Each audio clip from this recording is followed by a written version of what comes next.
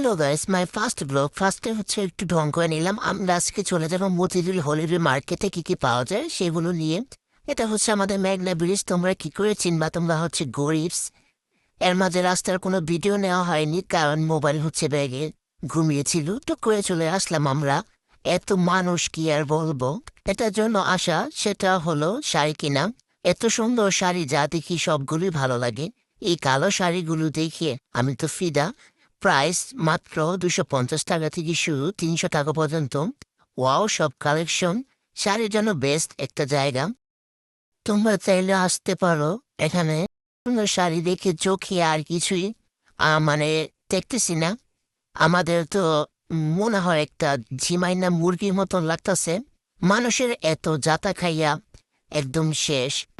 এই যে লাল শাড়িটা এবং হচ্ছে হলুদ শাড়িটা, এটা আমার কাছে এত ভালো লাগছে যা বলার বাহিরে।